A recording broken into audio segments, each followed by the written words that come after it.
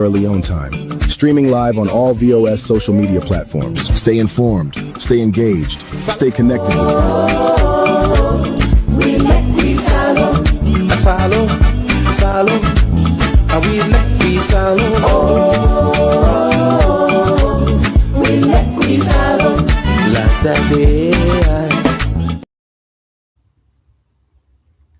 Hello. Good afternoon, good evening, good morning, wherever you in the world. This VOS television coming to you now from Canada, Great Britain, and the United States. This time, Mohammed Shillon, on behalf as the chief host of the show, with my co-host, Mr. Victor Mengot, and like I say, this program the country now from 3 separate countries: the United States, England, and Canada. And today is Sunday, May 5th, 2026. And as usual, I just like to give people the I'm sorry. May 3rd. The 5th month now. Yes, today is May 3rd, 2026. Sorry about that, audience. So with the country from the 3 countries of Canada, the United States, and England. Me and my co-host, Mr. Victor Mengot, are here to give you some current events, what we can call trending issues in Sierra Leone. And so we hope you will participate as usual, make your own contribution by calling, by sending in comments, and then hopefully, as always, we will get an enjoyable, interactive presentation. For one who are familiar with the show, when I know say this is a live show and it's worldwide, so people are free to call from anywhere in the world. And I am going to leave, or we are going to keep the lines open. So once the show begins, as when we start making the presentation, people are welcome to call in, to ask questions, and to make comments. I'm sorry. So also, to now we're familiar with the show, when I know say we get several platforms from which we are being telecast. So number one, it's on YouTube. You know, we are carried on YouTube. We are carried on Facebook. We are carried on Twitter. You know, we are carried on Twitch TV. We are carried on the radio, 91.9 FM. But as far as the radio is concerned, to be able to get us or get we na 91.9, you know, get for call in na you get for download the VOS app. And to download the VOS app, you get for going to the Google Play Store or the Apple App Store for download the VOS app, through which you will be able to get we on the radio when at 91.9 FM. Without the app, it's highly unlikely you will be able to reach we. So, but once you download that app there, regardless of who say you there, the chances are great that you will be able to listen to what you will carry on. As I said, Facebook, YouTube, and Twitter, what they call X, the radio, VOS radio website, and when a VOS radio.com, and then the general website of vostelevision.com. And you will be able to get a Twitter, YouTube, and and Facebook on VOS television. In addition to that, the main phone number you can call in on, if you are calling in, Now, the number +1 343 997 5828. 1 343 997 5828. That's the number for which we. The last but not least, we also get what you call the VOS Diaspora Helping Hands, a non-profit organization. So we would give scholarship, or VOS to give scholarship to hardworking, ambitious Pekin in a salon where one go school and where they go school, but then parents, they either not get job or they not get any way for be able to pay them fees. So this is an organization being formed to enable them Pekin in there for continue their education, let poverty keep them out of the school doors. So that they appeal to people, and no amount is small, no amount is too large for be able to donate. And when that is done, the VOS management should be notified, and then go answer any question pertaining to the non-profit organization. Also, as usual, we always can get issues them. Like I said earlier, what we call trending, the what's happening in Sierra Leone type of news. So we will bring them to the best of our knowledge, and we strongly encourage you now for please participate. And today, co-host will present which in the issues then will be, and then he will be doing quite a bit of the analysis, because we are yet to see anybody who know as much, or I'm yet to see anybody who know as much as because in terms of parliamentary procedure and or government, parliament or governmental activities. So let we all take good advantage of in knowledge, and hope at the end of it all, which I'm sure usually is the case, every one of us, including me, the co-host, they learn from him. So with that said, let me switch to Mr. Co-host, Mr. Victor Mengot. To you, sir. Well, thank you very much. Thank you very much, Mr. Gilon, as usual. And this is a big month.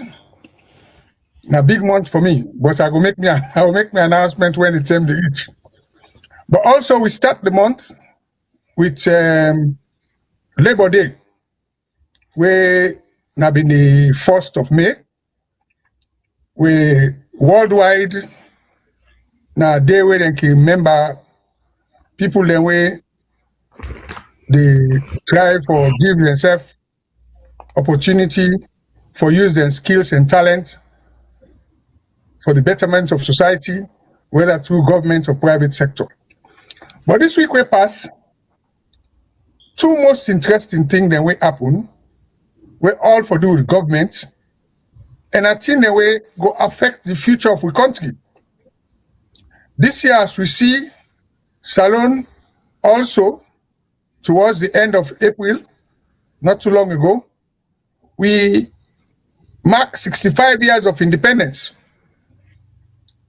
Whereas we see various activities in take place, we in a religious country, the president been say they go get interfaith prayer in the parliament, but alter we pray.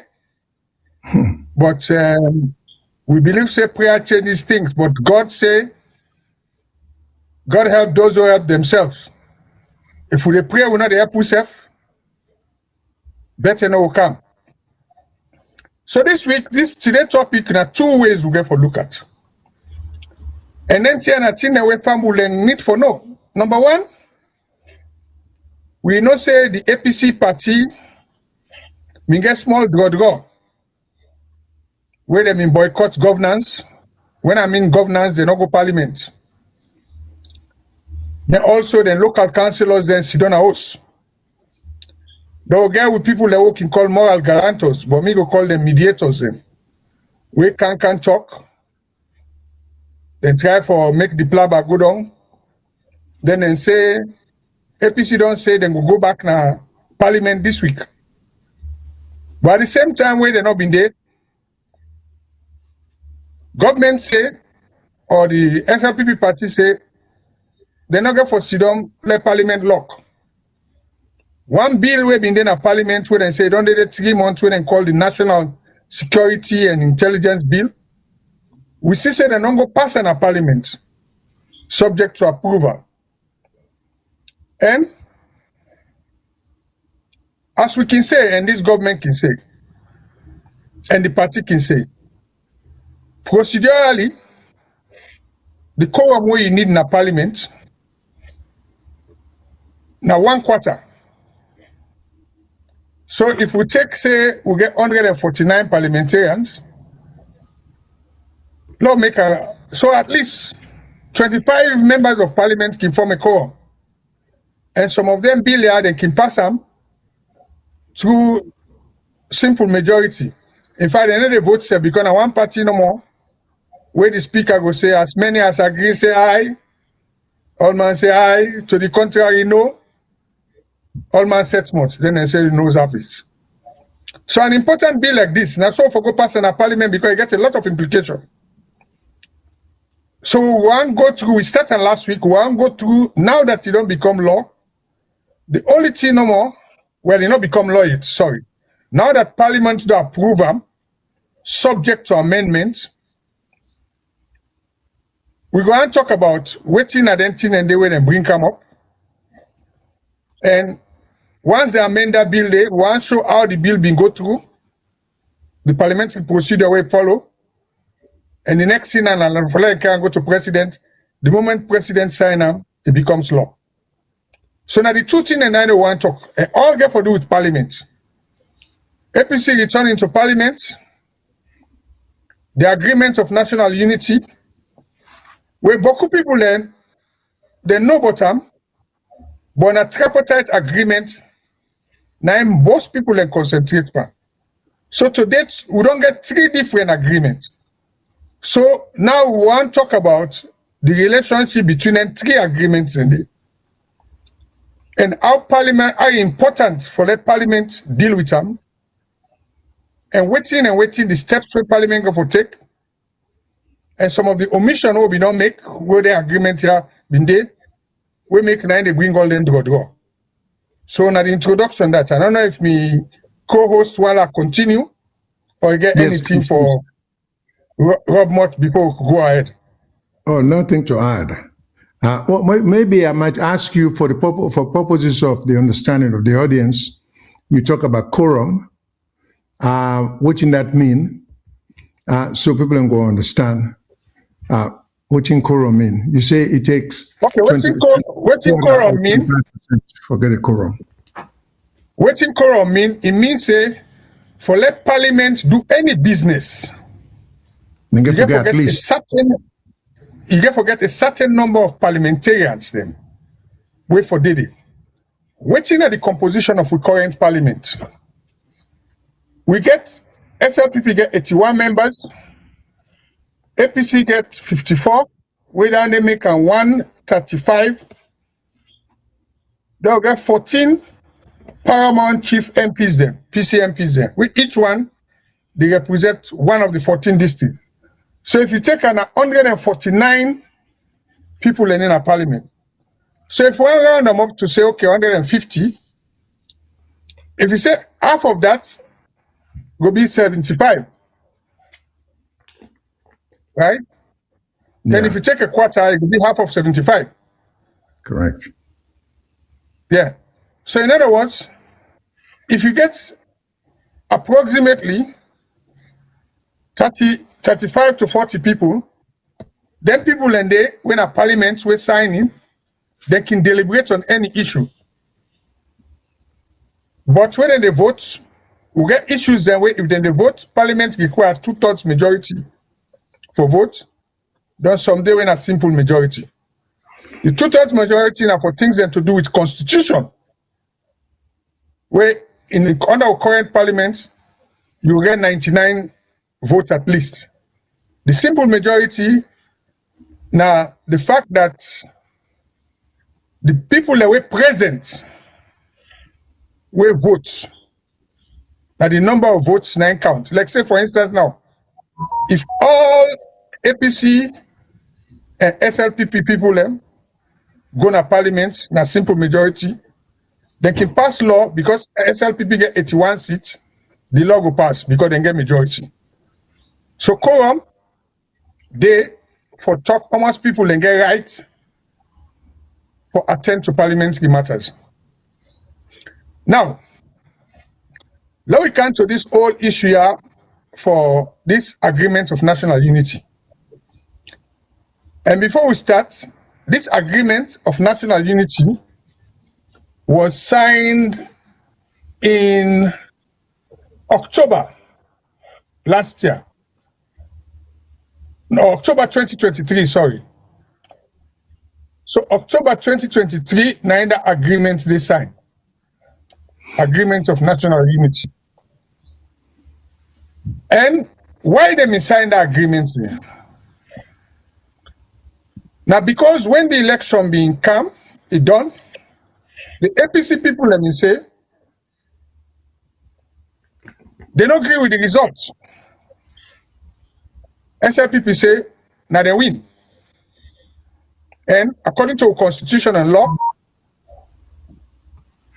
the only person we get for certify results, now the Chief Electoral Commissioner. Where at that time, Abi Mohammed Kane. Now we don't get a new one. So as a result of that, APC and SLPP, we go sign an agreement. When they sign the agreement, then they call Agreement of National Unity. Now, within the agreement they've been there, they been get about 7 points where they agree with. But for start, that agreement there now lead to the setting up of what you call the Tripartite Committee. When most people they know, we get 80 recommendations, we deal with electoral reforms and review and amendment of key laws that way for deal with elections and governance.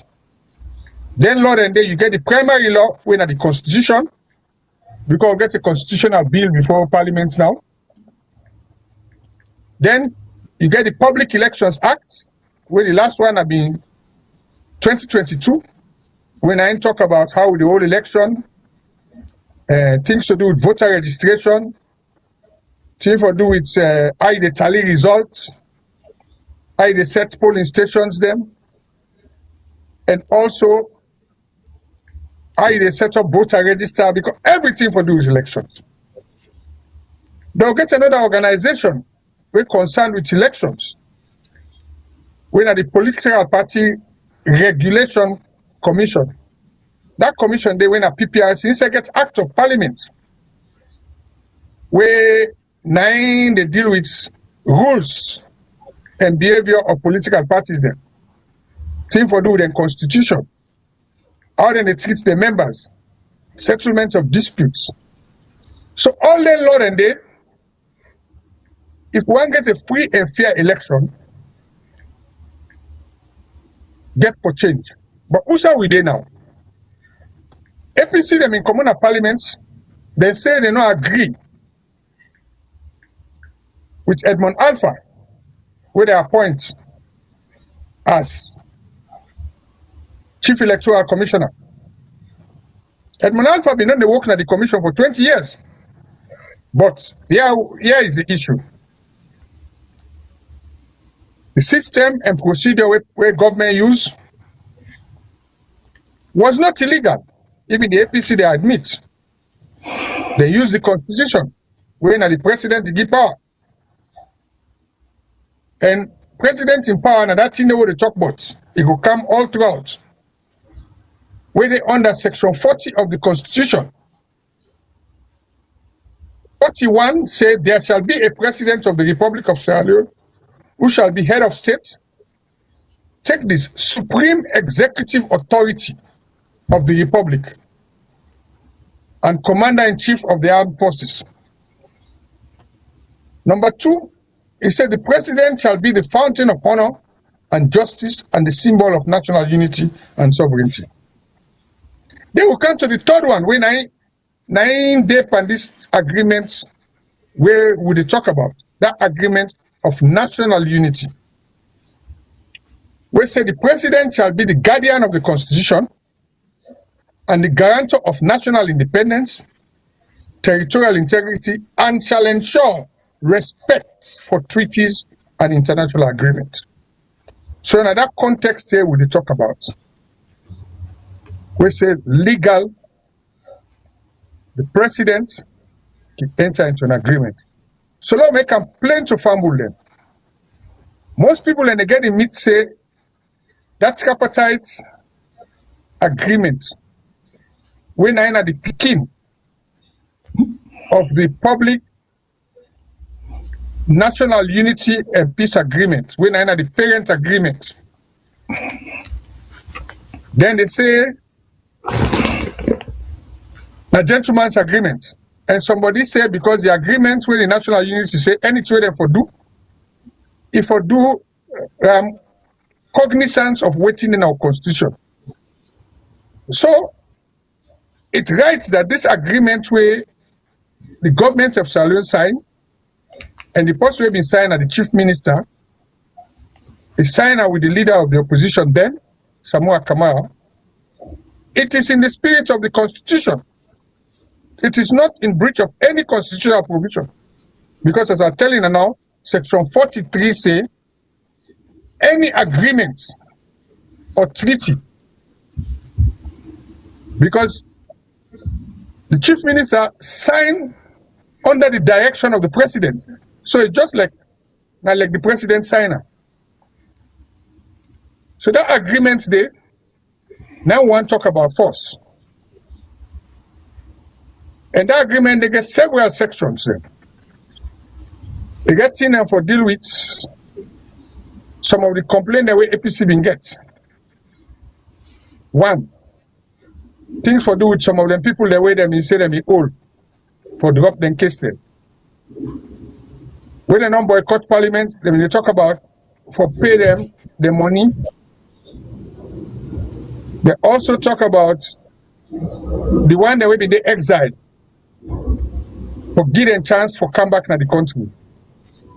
But the third one of the agreements, the 9 are the problem. Where that third part they say the president in consultation with the opposition, APC then, for form a committee for look into all matters relating to electoral laws then and management. Things to deal with how they compile voters register, how they compile results, how they select Usai polling station for day, how they make sure say the people them know about their rights on the election. Whose time they get people there for campaign for elections? All that thing and they know electoral laws. So I say some of them are the problem. So one of the first thing where I want to talk today, now for tell people and say, waiting get the problem, now because we don't put the cat before the horse. Because I go back to section 40. Any agreement where president sign, in this case, somebody signed on behalf of the president. The implementation for only starts once it go through parliament. And I want to take fumble them, how will they go through parliament and how it affect the law. Let's stop here, let's see if my colleague get any question or clarification.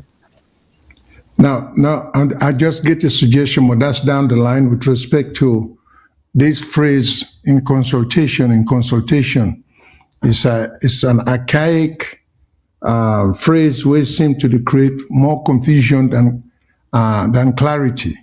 So, but I go bring that up when the time comes. So, I yield to you. Continue.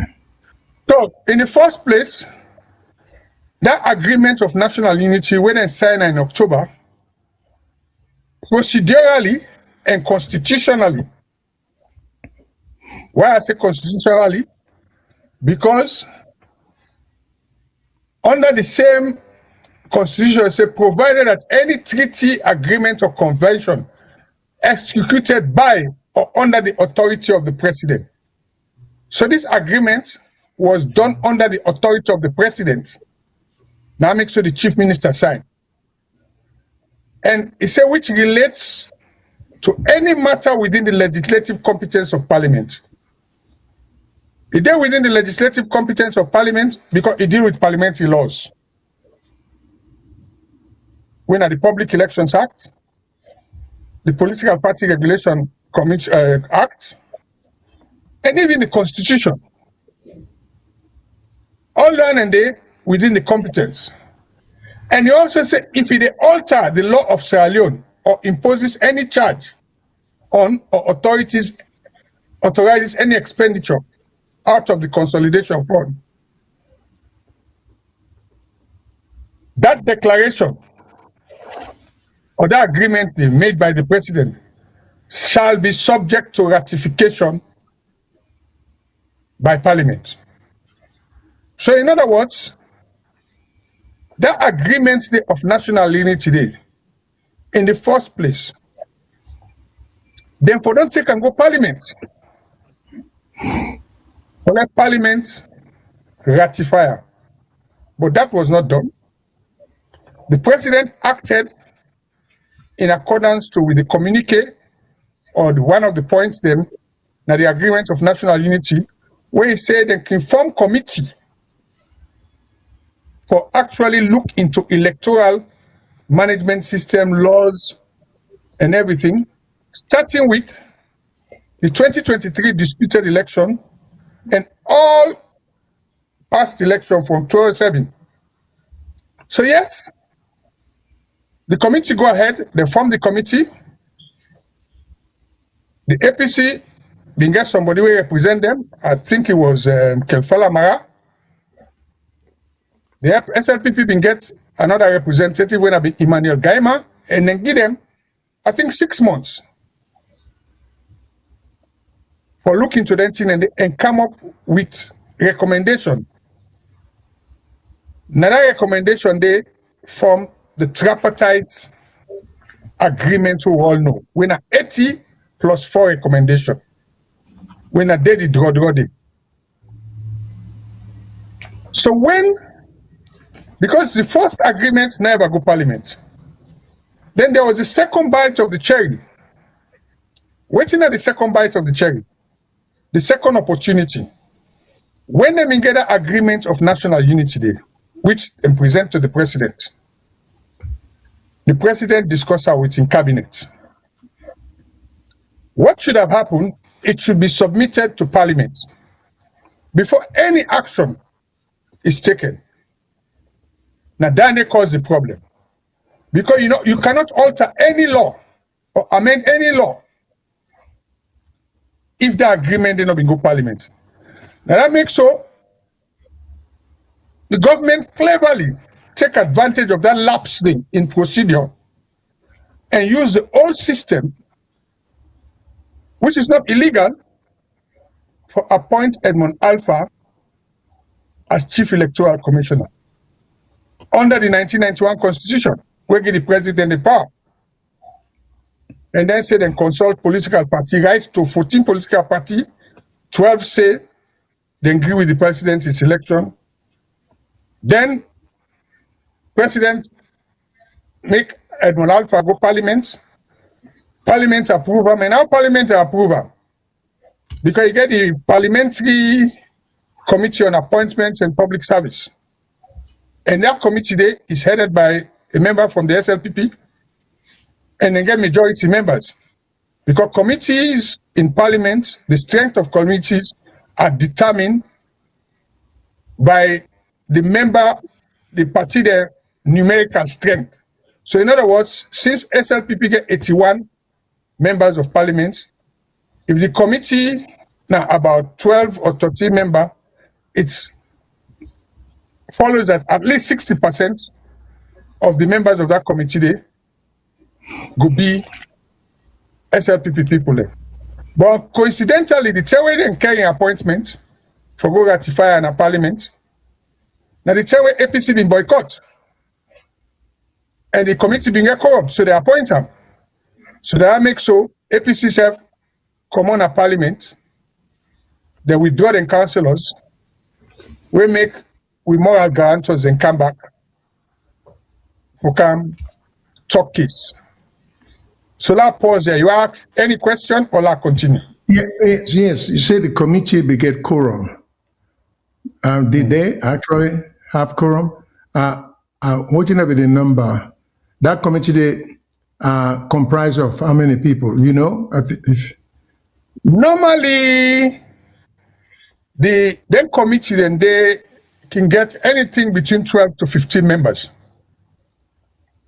Right? Okay. So then go look, say the quorum go be the same waiting and they talk like waiting at the quorum we need for a full.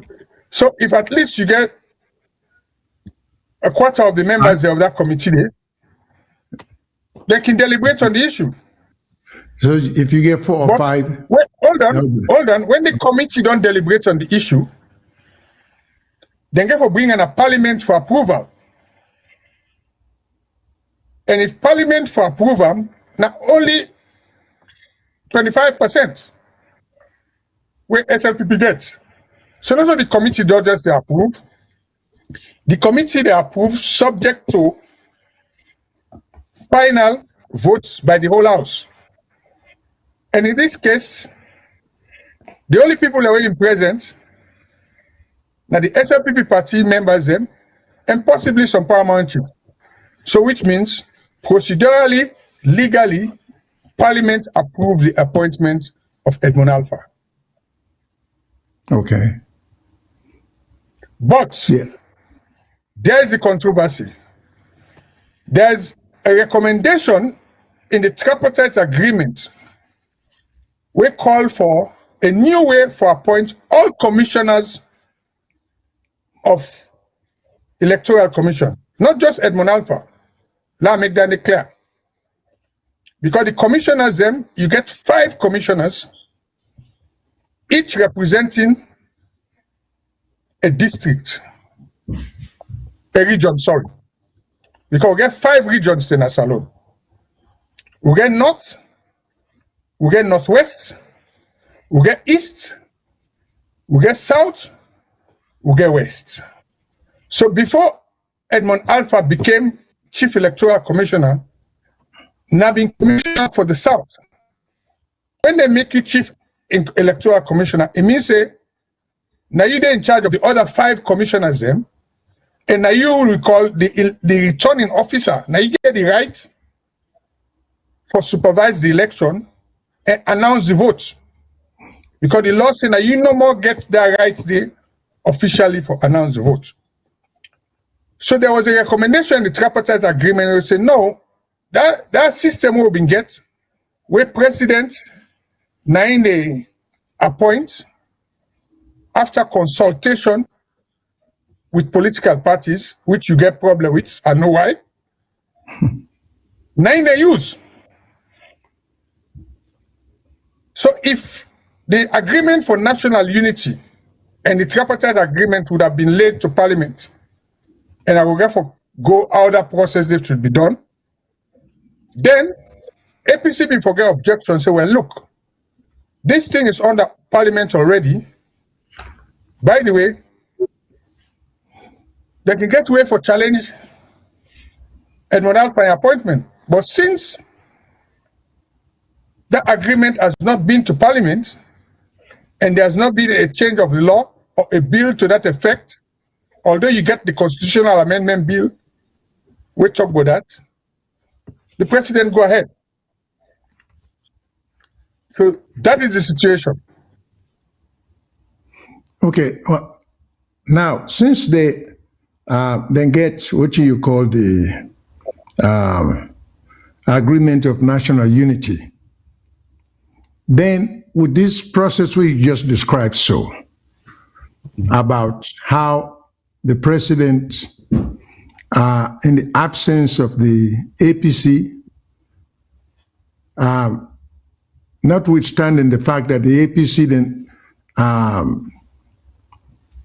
deliberately decide not to appear in the parliament, but we don't know whether they had any idea, prior notice, that this bill was going to be coming up for discussion before they decide for a boycott parliament. But the question Which is, bill? Which bill did they talk about? well, you talk about the agreements, where this national unity agreement will not be the first agreement. It has never been to parliament. Okay, it has never been to parliament. So with that known, The same with the tripartite agreement is have never been to parliament, because Okay. the tripartite agreement is part of the national unity agreement. It's a byproduct.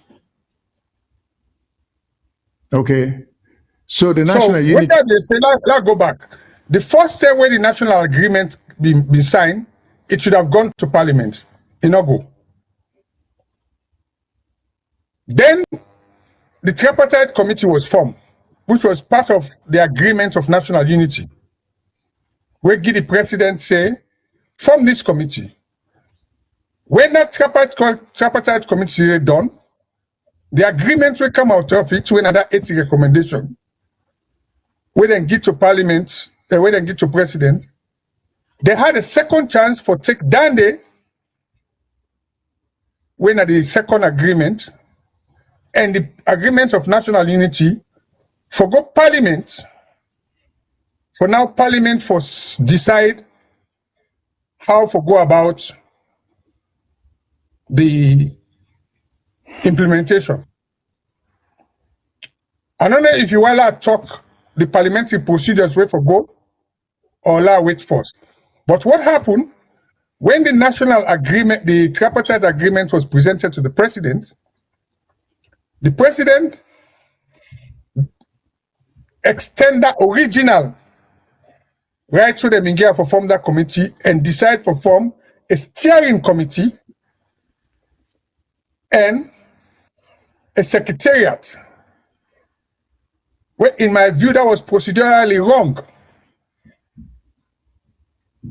because the tripartite agreement and the agreement of national unity should have been taken to parliament, and parliament and for decide how to implement the agreement there. it look like so I take it you are saying the president go above and beyond the mandate with them, correct? I wouldn't say it goes above a mandate. It erroneously. Okay, let's explain now, how do you ratify agreements? There are two ways. Then your question can come. Okay. Once an agreement has been signed for on behalf of the government by either the president himself, or in this case, somebody acting under instruction of the president, when are the chief minister, that minister will take that agreement there to parliament. They can do it in two ways. They can either draft a bill, where that draft bill there, they will take and go parliament.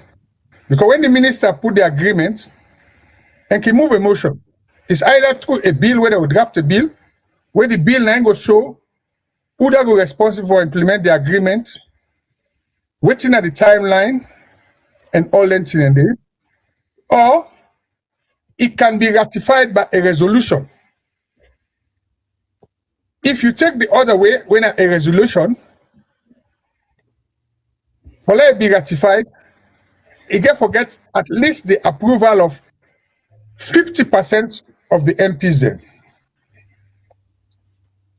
this is not the first time we decide a peace or national agreement. If we take the Loma Peace Accord, then it was signed between President Kaba on behalf of the government and Fode Sanko and REF. But that 10 day, waiting and do, that agreement, a bill was drafted to go to Parliament. That bill then brings so many things. Things for do with disarmament, demobilization, and rehabilitation of the war combatants, them, giving Fode Sanko a role in government, allowing them to form a political party. So that one went through by a bill. Like this one now, because of what you know happen, the only way for ratify this agreement not through a resolution. But then there's a third one way don't come, because a 3 agreement we don't get now. The first one are the agreement of national unity. The second one are the tripartite agreement. The third one are this one recently where the 2 parties then signed when at the 8-point agreement we make APC then say then they go back to Parliament. And then said the condition for them going back to Parliament, now Parliament for first of all, then for allow this, now they get for table the 3 agreements. Because if you table one, you left the other, the recommendation within the other could be challenged. So all 3 agreements for go back in Parliament now by a minister, a motion will be moved, ratification, then the agreement also say you should have a standing committee. And that standing committee there is within parliamentary laws under section 93 of the Constitution, where Parliament can form a committee, and this is specific, saying that at section 20 of the Tripartite Agreement, we say they forget a committee where for look into all the 3 agreements here, deal with matters, we deal with elections management system, law reform, and other relationship between political parties, civil society, and other stakeholders. Because now they don't say for include them party that will not be there and this agreement. It don't come under this 3rd agreement where they mean just get when I've been there at the communiqué before the moral guarantors then go. So that's the issue. And that standing committee there, it was purposeful. Why? And now, even though the SLPP say they don't want that, but if you go through Parliament, they don't get no objection because now they agree. Because it's part of the 80 agreement. And the reason why they say it will be headed by the opposition, now forget the balance. Because the majority of the members of that standing committee there, or oversight committee, would be from the party SLPP, because they get majority members. But also you get paramount chieftain at the same committee, where now them also, if he come a decision, now they will get the majority. But why they say give the chairmanship to the opposition? Because the chairman of the party now get the right in consultation. Well, what's a consult? Now for sit down with the clerk of parliament and other members of the party, then go for discuss them, for decide the parliamentary, the committee agenda. And that committee, that chairman, they get power, just like the speaker. It can call anybody at any time through a parliamentary notice, for letting can ask them how things have been done, and let them submit papers. And refusal to that call will be a contempt of parliament. So in other words, then the steering committee are where they not form before this agreement go parliament, which is the secretariat, the tripartite. They're now answerable to parliament through that committee. Even Edmund Alpha, as chief electoral commissioner, he is also subject to supervision and direction by the committee. And we hear people and they argue, say, the constitution say the electoral commission should not be influenced or in what they do. Yes, that power they are only limited to the powers given to them by parliament, which is election management, things to do with voter registration, setting up electoral boundaries and all that things. But they are still answerable to parliament. And now they make an easy way to get a committee where now they're answerable to, because of changes that will affect the rules, procedures, and standard operating practice. All right. With respect to this question of being answerable, and sometimes whenever I get the clarity, then say the electoral commissioner will not, I don't know if they say shall, but I would just say will not be answerable to, paraphrasing it, to anyone. Am I right? Well, I think say what I can do for let we fumble the look, we get for look at the exact wording in the Constitution. Okay. Can you read it for us? I can check. It go find out, look at the exact wording of the, let me see, I'll do the reference. It's under section 30 of the Constitution. Let's look about. I'll read the exact wording. Okay. Okay, section 30 of the Constitution.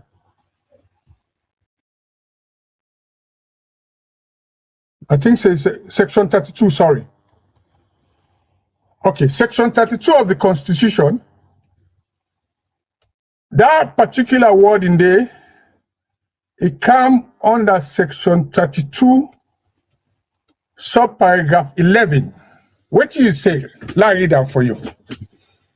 It said, in the exercise of any function vested in it by this Constitution, the electoral commissioner shall not be subject to the direction or control of any person or authority. That is the exact wording.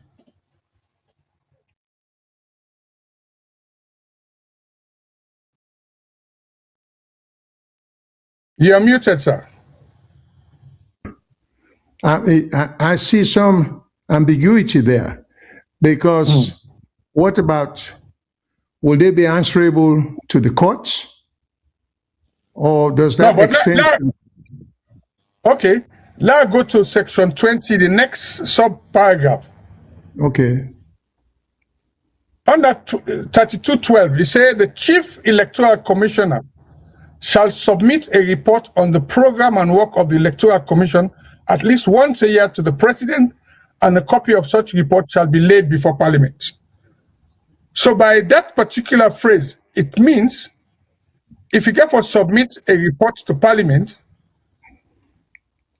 he is under the direction of Parliament. Okay. But I don't know if you go agree with me if they say, oh, they talk about being answerable, which means if issues are raised,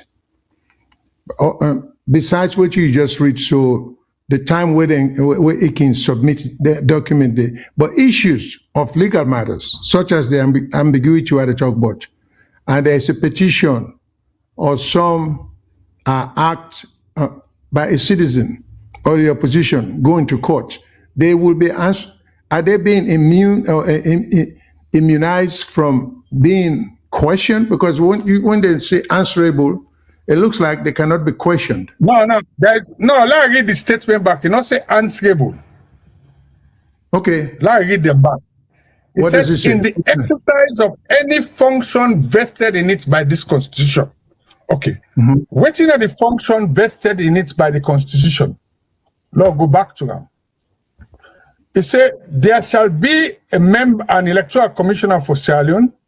The members of the electoral commission shall be the chief electoral commissioner, who shall be the chairman, and 4 other members. Now, 5 again, who shall be known.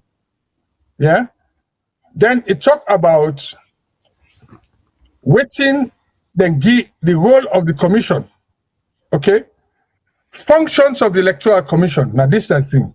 Subject to the provision of this constitution, the electoral commission shall be responsible for conduct and supervision of registration of voters for and of all public elections and referenda, and for that purpose shall have power to make regulations by statutory instrument for the registration of voters, the conduct of presidential, parliamentary, or local government election and referenda, and other matters connected therewith.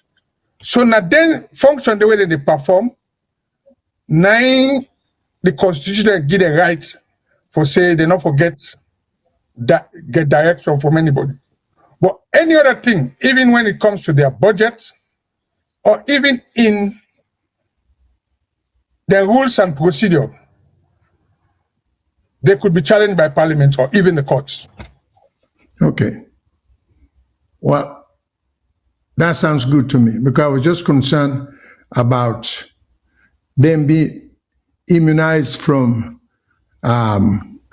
query, so to speak. What you know, I bring this up because after the 3rd agreement, and I will remind people that are waiting at the 3rd agreement, if we all discuss, and that itself bring a lot of controversy. We will get a statement from the Secretary General of the SLPP party, who coincidentally was a former clerk of parliament, where say, then the party not agree to this proposal when a tripartite agreement 20, we say they forget this oversight committee, because in a try for argue say it is in contravention of that section 32(11) of the Constitution, which is not the case. Because even parliamentary standing orders clearly state that Parliament get the right for set oversight committee for deal with issues them. Right? I will tell you one thing to do with legislative compliance, legal amendment, or authorization of expenditure. So even ECSL, the expenditure where they go use, they never put in a budget where they go submit to the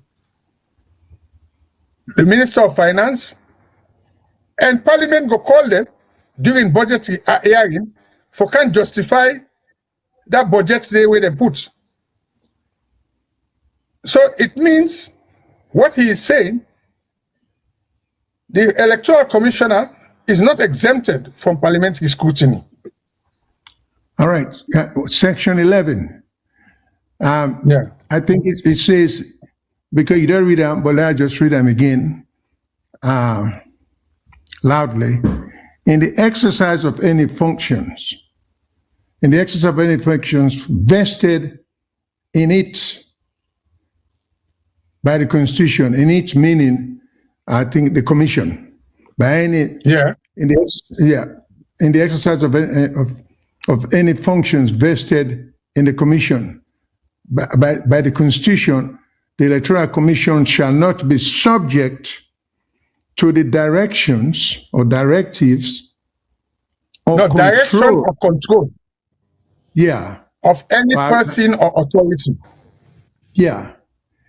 Okay, that section that to me is problematic, but I'm just raising it as an observation, because when you say any authority, an authority could be a judgment by the courts. So they are not subject to any direction or control if the court say stop a certain procedure. No, but that is related. That is related to the function which is defined in the Constitution where they give them. It limited to that. And now I read now to you, where if you talk about the functions of the Electoral Commission, now things to do with registration of voters, public elections and referenda conducting. So as you say again, it's a badly drafted law. Because why I feel to say badly drafted, let's say Parliament give the Electoral Commission power for conduct and compile voter register. I just give a scenario. Yeah. If you get a place where in compiling that register day, like the last time we get a situation when they remove some people from the voters register. Right? Correct. Such an action can be challenged in court. Which is an authority, the court. Which is an authority.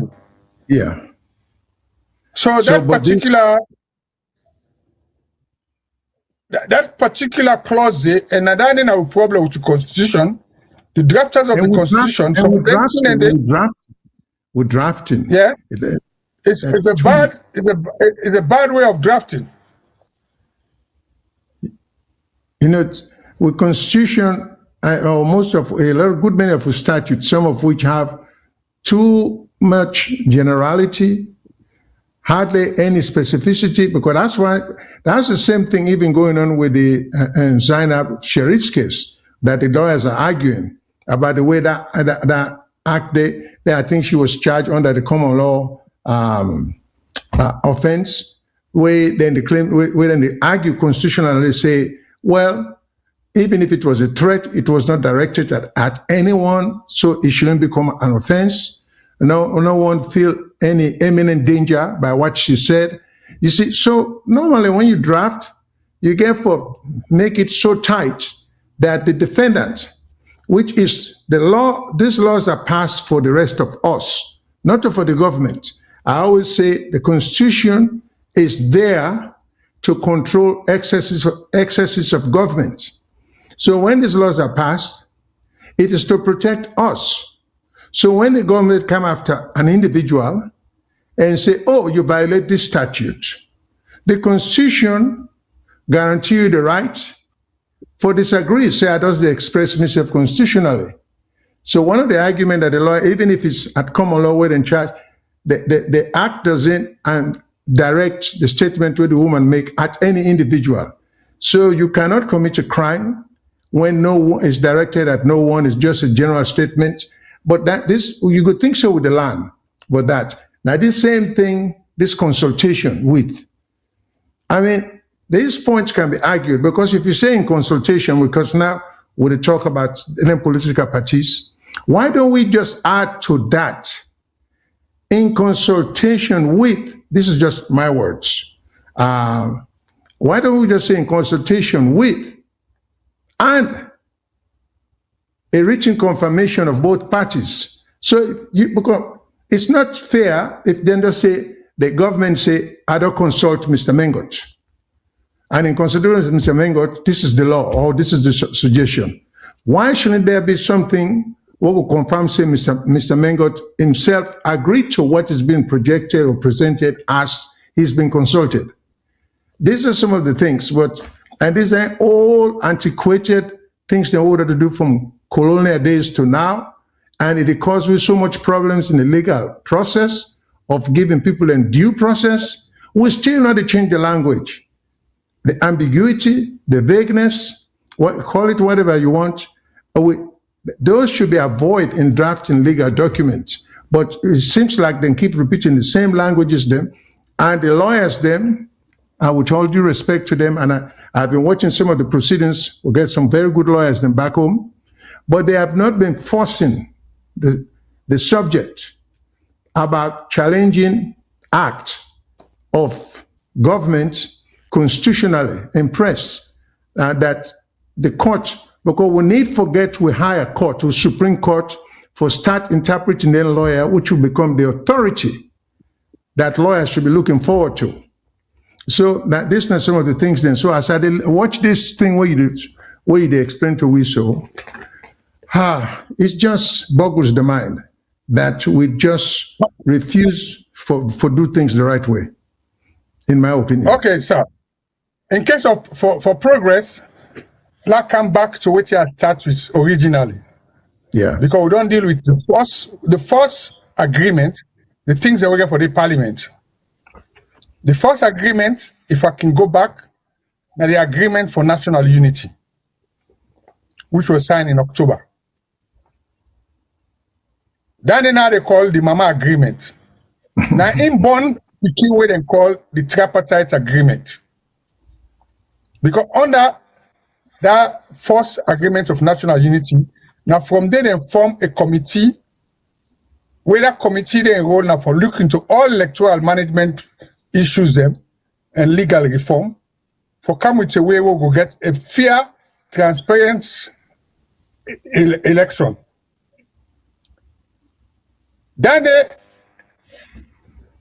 again, we can't get a third agreement, because we just get agreement, and until we take all that and they go to parliament, waiting at this third agreement. The third agreement, now this one now, where inside get a lot of controversy. The third agreement, now this one where then we people then come, and at the most recent one, where again, inside get certain things them, we already we don't get draw. For instance, this agreement, now the agreement, is that your phone or somebody calling you? So, sorry Can about you hear that. me, sir? Yes, sir, I can. Okay. Now, with a more than complicate issues, because this agreement now the one where the moral guarantors then get the two people then, because members say when them in camp, then go see people them not different. So let's take a break now. Let we get the control room for, because the person will go sign for the government, now the chief minister. I want to play that video, which in the chief minister they say when the moral guarantors come. Has every time we came to Sierra Leone has renewed his commitment to peace, and the fact that it was initiated by him through the legal system, which is Parliament, to show his political commitment to peace. And this is very important. And for us as moral guarantors, we don't take it for granted. The cross-party initiative is working for Sierra Leone. It's not meant to be working for any individual. We're not practicing the right politics of development. And this is why I'm very grateful to the members of the Tripartite Committee. We don't have political stability, it will be very difficult to achieve economic progress, economic stability. I want to reiterate, reaffirm the commitments of the All People's Congress Party to this initiative. We are one family, irrespective of where you come from. Whether I'm taller than you, or I belong to another tribe, I'm brighter than you. In the end, we are all one family. On days like today, it becomes evidently clear that political stability is essential for any form of development, and we're all on the same page. My statement, Your Excellency, really is to say thank you. Thank you to you, thank you to the government for providing as much support as we have, fiscal. I want to thank our other development partners, and in particular the US government and the British government and the EU, because they provided experts as well to this process, and those experts have been able to work with the committees in what they're doing. Today, Sierra Leone is coming of age, and our democracy also is coming of age. Democracy is a process and it develops over time. Every generation of leaders will make their own contribution. This is intentional, deliberate, and we are making our own contribution towards the evolution of democracy in Sierra Leone. In a democracy, the best option is always dialogue. We will talk and talk. Sometimes we talk out of tune, but we get back to tune. When we have disputes in a democratic setting, we sit down and talk and dialogue. We will always come to a solution. In that regard, I want to thank all of you, the Tripartite Committee, the leadership of both parties, our development partners, the ambassador from the United States, and Our Lady from the Great Britain. They have been, and also the EU, they have been intimately involved from the back to make sure that they provide the guardrails to keep us within the terms of reference and to make sure we have a day like this. At this juncture, let me say thank you for a job well done. Thank you to our partners. Thank you to our moral guarantors. The ECOWAS, they're here. African Union is here. Even the United Nations Security Secretary General has a representative here. Instead of fighting, instead of... Okay, so this is not the time where the tripartite report been did to the president. But even after that, draw been come. So recently, the moral guarantors in Can, well, the latest one, they don't can throw more spanner in the works. Because the two parties them don't agree another 8 points. Okay. One of the things them, where the APC then say, one, then they talk about the restructuring and expand the framework for this agreement. They also talk about the establishment of the high oversight mechanism. They talk about expanding the steering committee. But one particular one, when I don't get draw. Now recommendation 7, we say the parties, when you mean by parties, like them, commit to implement electoral reforms as contained in the Tripartite Committee recommendations. Then that way they agree just now. They don't come back almost 3 years after. They can reiterate what they say. And all this happened because they don't put the agreement in a parliament. And he said, in particular, recommendation 36, the parties commit to restructure the Electoral Commission for Sierra Leone, ECSL, within the framework and principles of the Agreement for National Unity, not later than 31st December 2026. The parties further agree that where there is undue delay in implementing the reforms within the agreed timelines, the parties and the moral guarantors will reconvene to review. Now, listen to the word they say. Restructure the Electoral Commission. When you talk about restructure, what does that mean? They're not left ambiguous. Because people then they say, well, the SLPP party, they say, restructure now means, say, you know, they touch the Electoral Commissioner. He would appoint him. He did it. He not get nothing for do to restructure. You understand? The opposition party, they say, well, restructure means, and for me, as somebody, where they restructure any organization, now 3 things they look. One, if they look at the management structure, that's the people that are in control. ECSL get a 2-tier management structure. You get the regulatory one them, when the commissioners them, will include the Chief Electoral Commissioner and the 5 commissioners. You get the administrative, when are the directors of the different sections, like the public relations, the finance, the legal, all that in under the management structure. So if you say the restructure, you get for look at them personnel. You cannot restructure an organization without looking at the personnel. Then you get for look at what you call standard operating practice. What do I mean by standard operating practice?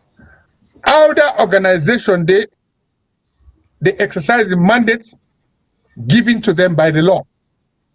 And a 2 law give the mandate. The Constitution, when at the primary law, the Public Elections Act, where the last one at 2022, was subject to amendment as per the Tripartite Agreement. And then put a deadline of 31st December. So you see how even this new agreement we don't sign, God begin the day. Then another controversial one. Now the one we talk about, number 3, take note of this. Then they ask for constitute a team of legal experts on constitutional and legislative reform with representation from the APC, the government, and other relevant groups. But we already get a constitutional bill in Parliament. We don't go through in first reading. When they not even cut the second reading yet, then they don't say for position paper. Does that mean that bill they should be withdrawn in Parliament and review? So it left more controversy than solve the problem. Last stop here, I see somebody write something, then you can continue on that side, sir. Okay,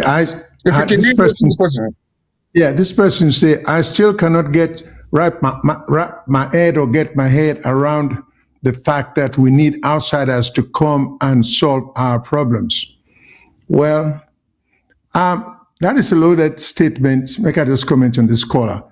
I mean, there's nothing wrong in outsiders coming to help us solve a problem, because ideas are not limited. Just because we're a sovereignty doesn't mean we know it all, or we can solve all the problems by ourselves.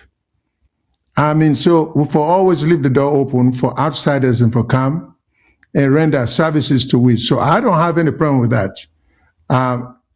What I have problem with, in fact, is the opposite, in the sense that we don't seem to want to reach outside to get help.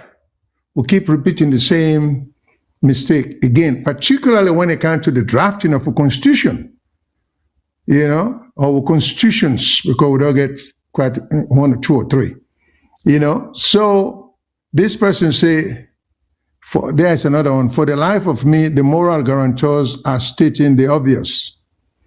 I think so, so that's understandable too.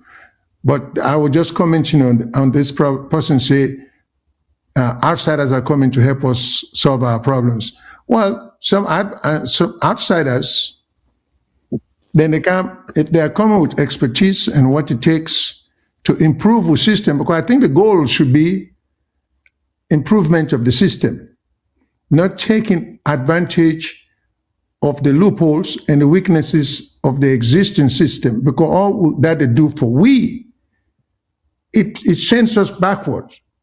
We're not to that for strive for. Now, a matter of looking at situations, knowing what needs to be corrected, and in good faith, do so. But if the idea becomes a matter of proposing and trying to pass laws that are advantageous to one group and then disadvantageous to another group and the rest of the country, well, it's obvious. That's a matter of common sense. We are sending ourselves backwards. So how do we expect progress? So this person, the commentary it make a lot of sense, and that the moral guarantors are stating the obvious? I think they are.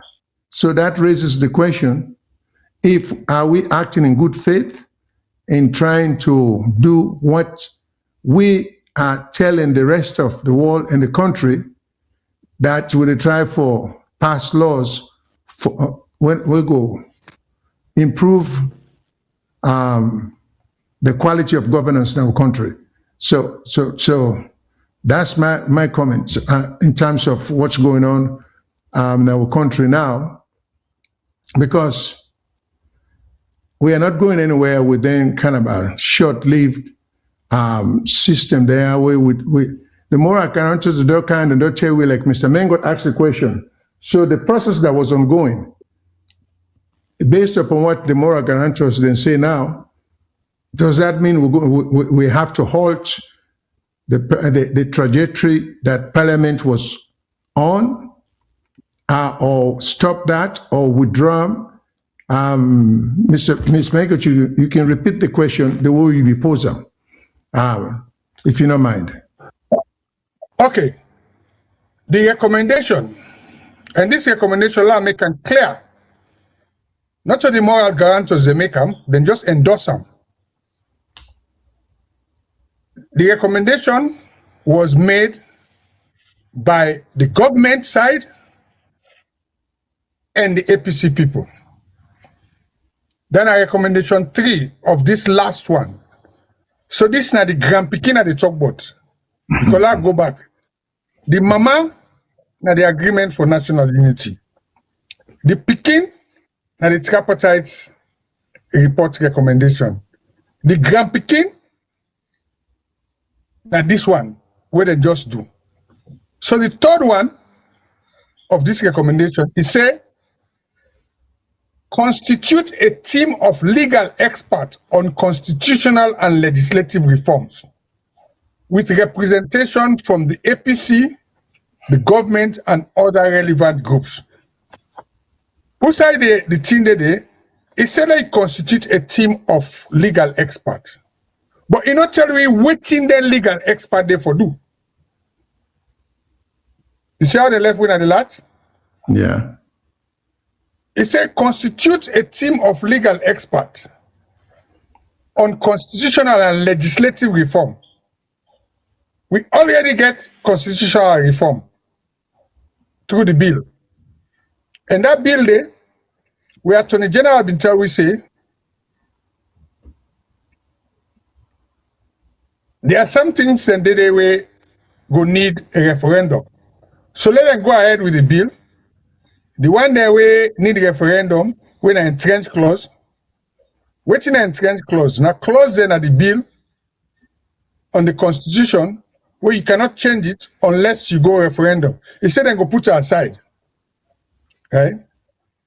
Then we also get legislative reform where they not begin itself, when at the Public Elections Act, when at the PPRC Act, the Public Political Parties Regulation Committee Act. You get even the ECSL, their own act. You even get things for do with the commission, the Police Act of 1964. Then they even talk about a new act, when a Youth Empowerment Act. So you get all the reform then did. So now you can't say constitute a team of legal experts on constitutional and legal legislative reform and representation from the APC, the government. What are they going to do? We already don't get one bill in the parliament. And then they also ask, that bill in the parliament now, then they ask for position papers.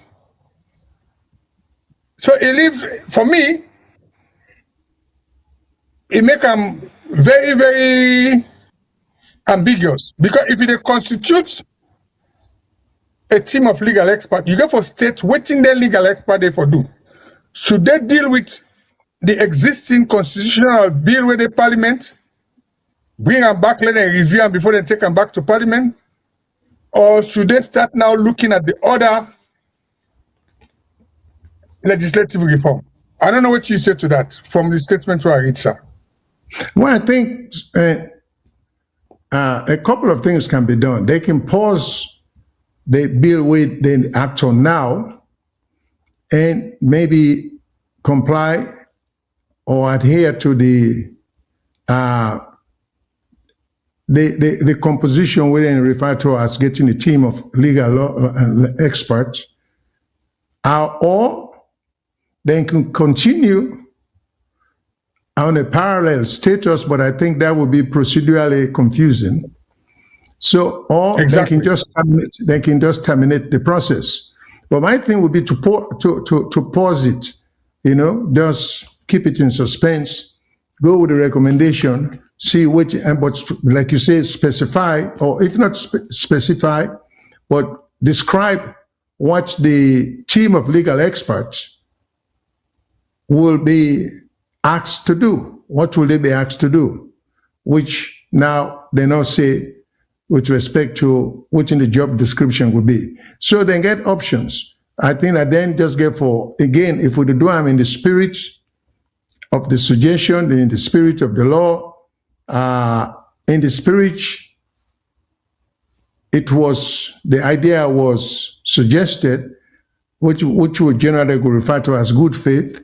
Now we for look at in the right form and try to do it. I think the focus usually, if we just do the thing as to what is beneficial to the country, then we will come up with very good laws.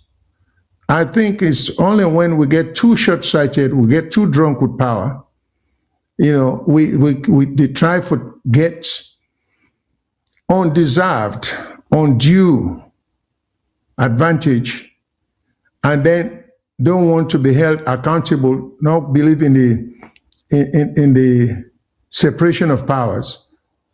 I think that's only when we can get problems. Otherwise, even in things now we talk to, the moral guarantors then may not be necessary if we pursue them here in good faith. But I don't know.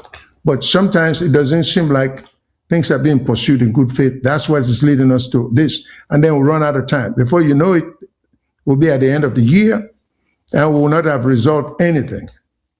Then the next year comes. Because right now, if you look at the politicians, they are more focused or they're focused on the upcoming 2028 general election or elections. That's where they're focused on more. So everybody to position themselves for power.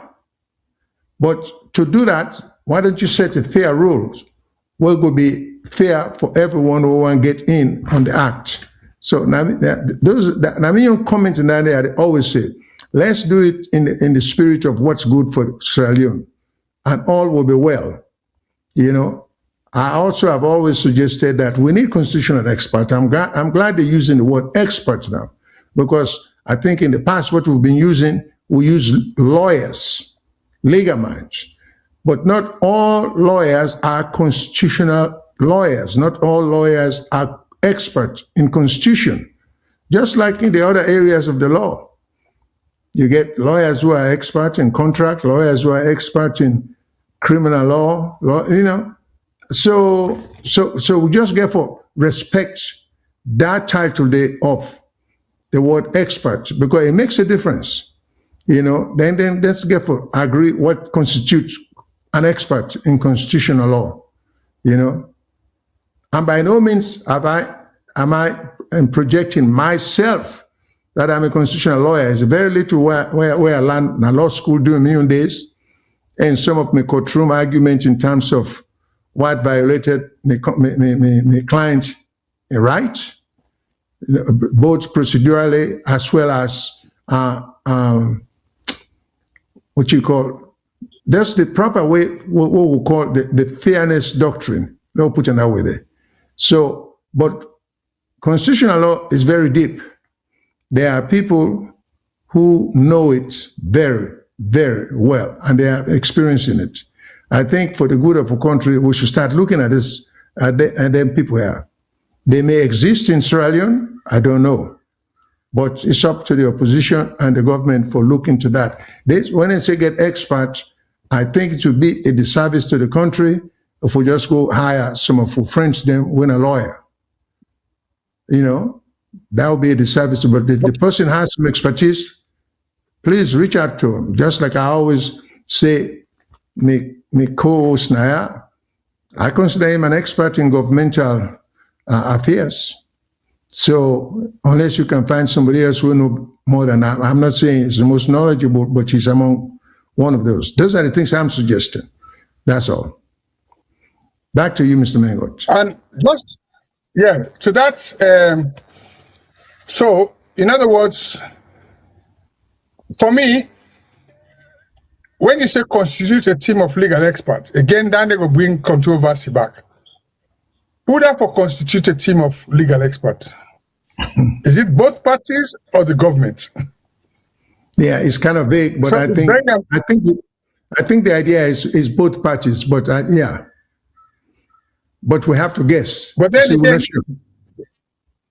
all these things are there. There's a lot of uncertain thing, because even the one that we drafts the present bill in the parliament, unlike the Cowan constitutional review, where they show all the people that will participate, the only person who know that the man where they front the bill, when the Attorney General, who were the experts who drafted it, and who may have nothing to do. The Attorney General may not even have anything to do with the bill other than presenting it.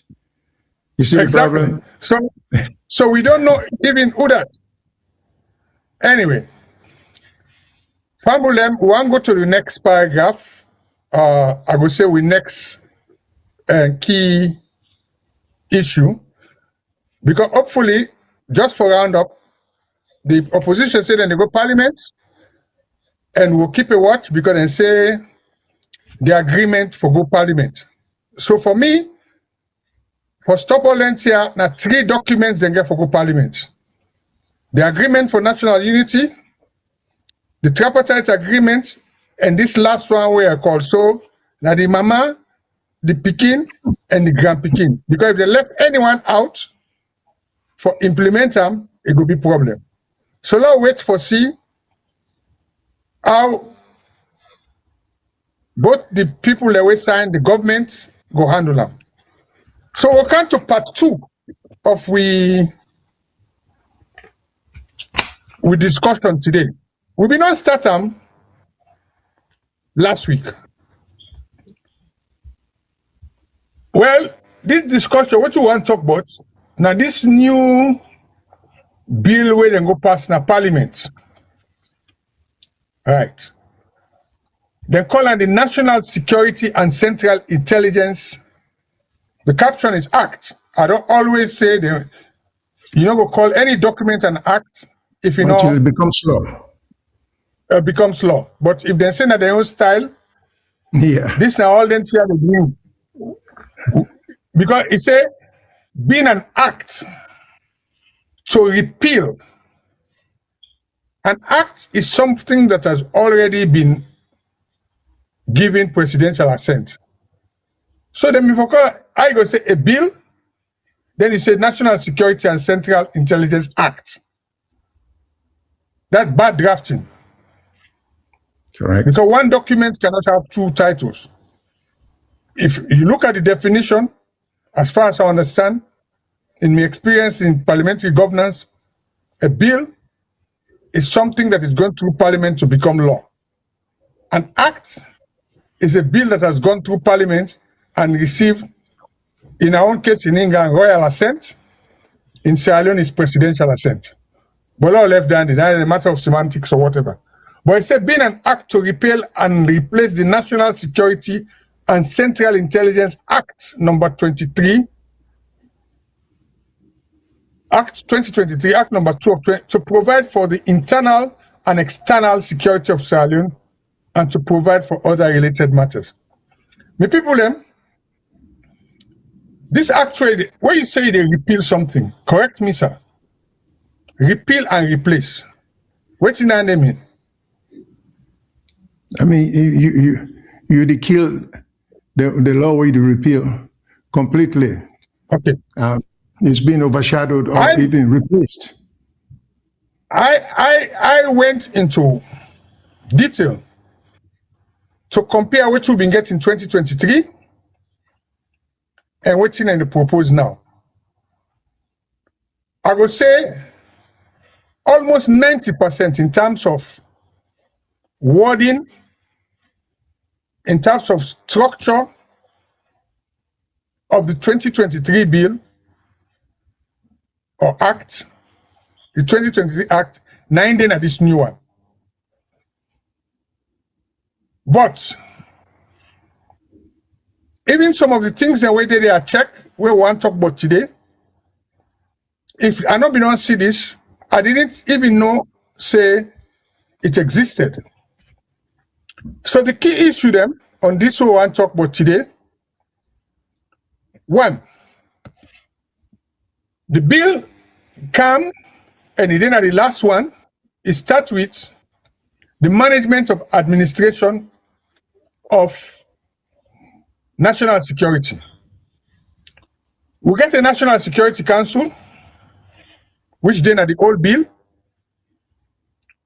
With that council there, you get the following members. The president, 9 are the chairman, supreme executive authority. You get vice president, as in deputy. You get chief minister. So something like that, they change.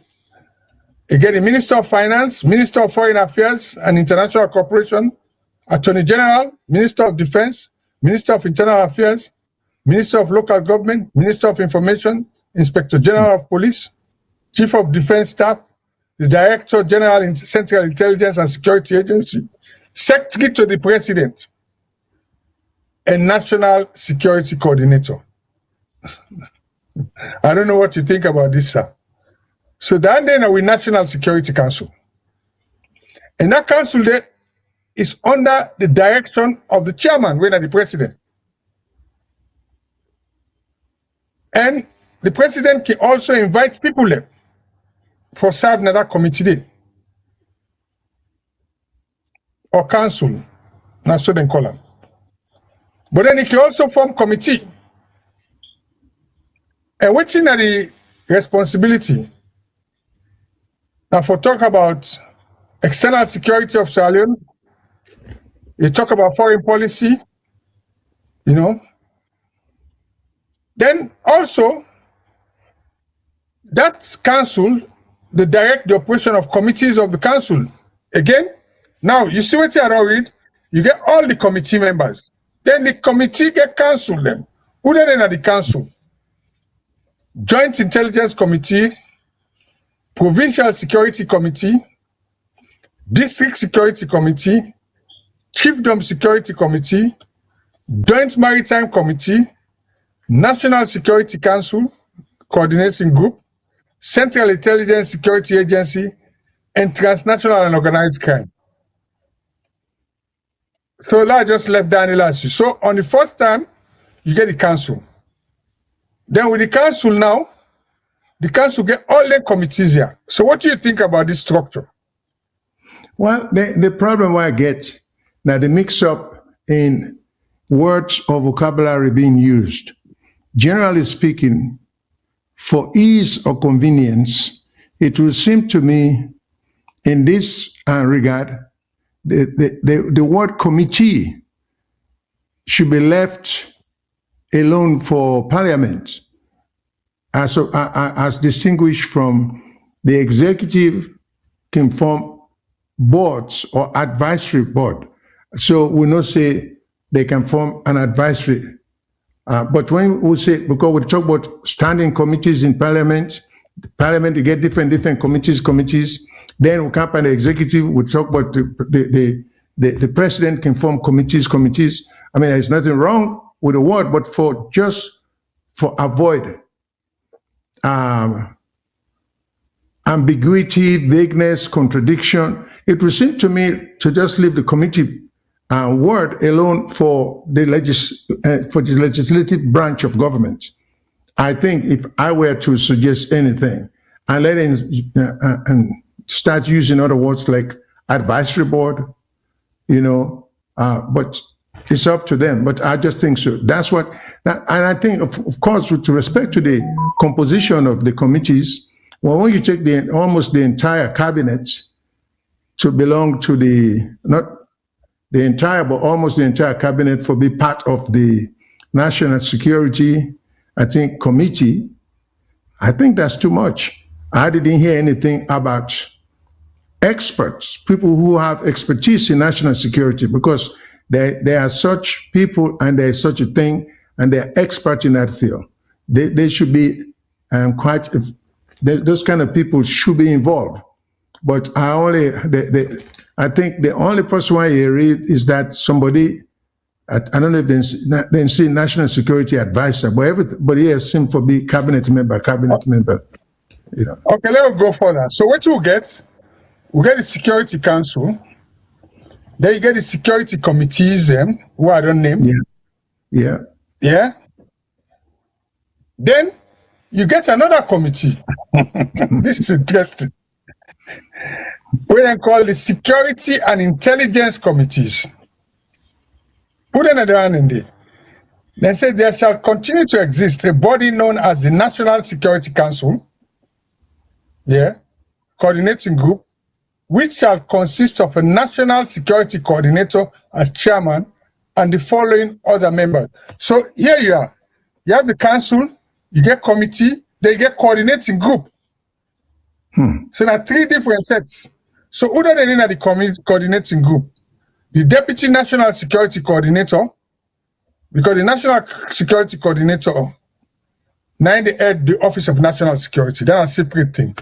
Chief of Defense Staff, Inspector General of Police, Director General Central Intelligence and Security Agents, Director General Sierra Leone Correctional Service, Chief Fire Officer, Immigration Officer, Joint Force Commander, Assistant Inspector General of Police, Head of Strategic Situation Group, Office of National Security, Senior Civil Servant of other ministries, department, and agency, as the chairman in consultation of members may deem necessary, Director General, Sierra Leone Civil Aviation Authority, Executive Director, National Protected Area Authority, Director General, National Disaster Management Agency, and Director in charge.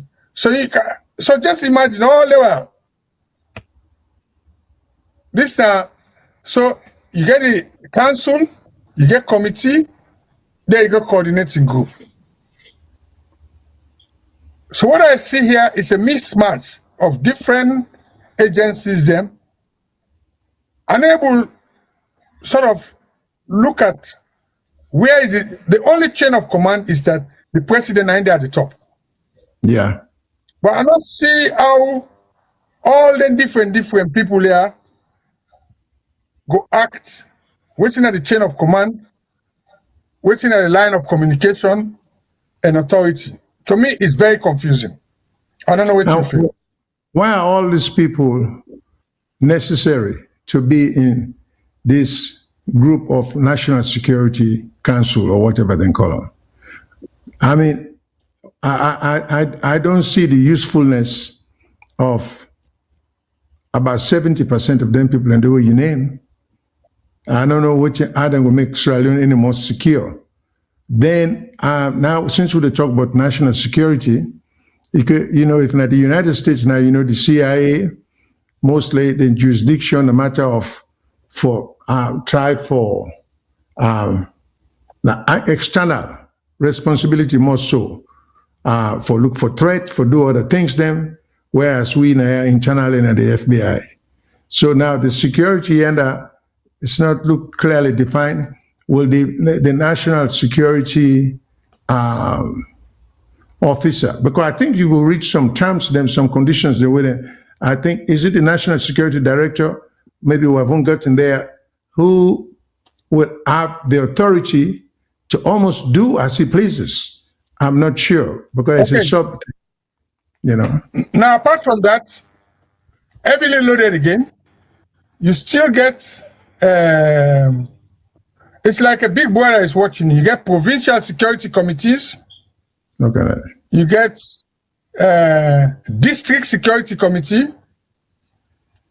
You get chiefdom security committee. So it's almost like a secret police. Now, then the council shall have a joint intelligence committee, right? The joint intelligence committee, again, you get Deputy National Security Coordinator, Director General Central Intelligence. So there are so many committees and so many, but with all that thing and there, then you get Joint Maritime Committee, you get then now you get an Office of National Security. Then at the ONS, who already gets. But the interesting thing, the new one, where I want to touch based on, now this new one where they don't call, where they say the central, you get Central Intelligence and Security Agency, right? So this is a new agency was separate from the ONS, Office of National Security. Yeah. But then also they propose this under this Central Intelligence, they say the agency shall have a Director General who shall be appointed by the President. I don't know if no mission, but in the previous act, that appointment is subject to parliamentary approval. But here it is not explicit. We will say a typographical error. But waiting at the more thing where people are worried about, now this new State Protection Service, where they introduce, right? Waiting at the State Protection Service, and I'll watch the amendment. There shall be established a State Protection Service under the authority of the President again, which shall be responsible to provide mandatory proximity protection for immediate families of the President and Vice President, and following categories: former President, former Vice President, the Speaker, Chief Justice, Ministers, visiting Head of State, and other designated. But they amend them, they don't add leader of government business and leader of opposition. So it's as if to say these people have a fully equipped state security service where they protect them, and the ordinary citizens then rely on police protection. And we take the ratio of police to the population. I don't think say we get up to a police force of up to 25,000 for a population of 8 million people. But these people will have special protection. Huh? I don't think so. I don't think we have that many. So when you talk about this special protection service, at least it's not different, because right now, what you know, ministers and all them people here, most of them get at least 3 securities. Some they get 1 policeman with an OSD, then get a military, you know. So think about this special security service. And when they review them in the parliament, then say, then people here they go determine who they want for protect them. Well, so they get a choice. That was one of the amendments they make. And they also say they go they review them people here every 3 months. Last up there, I see somebody write something, or read them. Well, I think this person goes back to the Electoral Commissioner about the issue that was read, where they say, other than the exception, then where they make the commissioner or the commissioner shall not be subject to the dictates of any other authority. So we were wondering, so this person said, how can the Electoral Commissioner not be subject to the Supreme Court if found wanting? So, but you remember I would talk again, say, the way it is drafted now, you know, by implication, it sounds like the suggestion or the proposal is that the Electoral Commissioner shall not be answerable to the courts, you know. And so if there is a question raised by a litigant who takes the matter to court, the court can, under the current law, I think the court can claim lack of jurisdiction, that they don't get the power for here the complaint or the issue being raised by that litigant there because of the law as it is now. Because the Electoral Commission or Commissioner is not subject to any directives or control of any other authority not named under the current legislation. So the question again, let me read this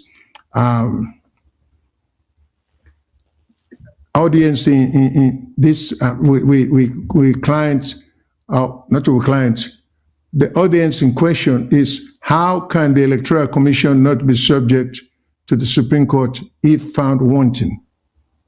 You know. So this member of the audience, they say, how can it not be? Well, it's not saying it cannot specifically, but it's saying other than then put exception and say otherwise, the Electoral Commissioner cannot be questioned. But remember now, the recent argument that was being raised by the APC consistently was that the disaggregated report what could justify the 56% wouldn't say the president win was not being presented to back up or justify the declaration. And Commissioner Mohamed Kone say the law did not require him to present such evidence. If I'm wrong, you can correct me, Mr. Mango. So my thing is, if this man they argue, say he wasn't going to do what the law didn't require him to do, shouldn't what the opposition be doing now is to insist that that become part of the law?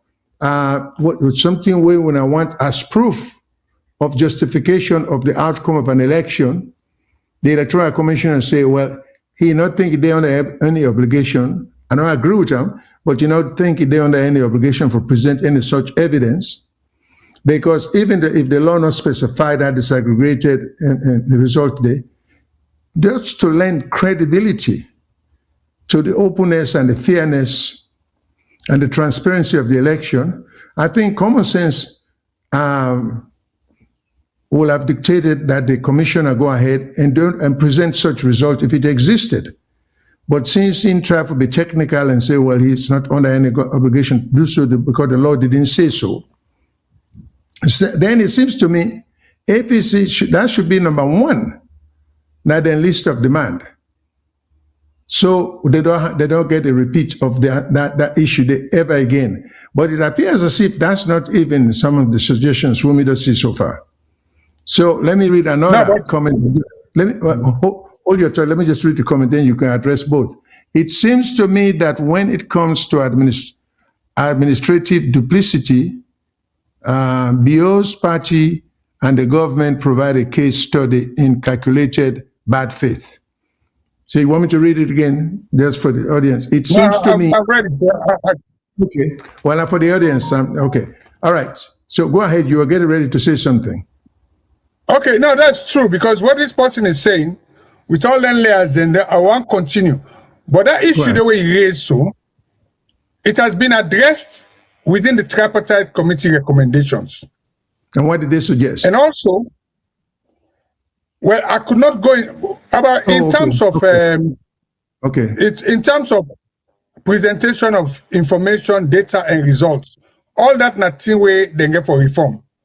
But one thing I would like to clarify, the Constitution of 1991, not just a preamble, but all the do's and don'ts of what the Electoral Commission can do, they're in the Act.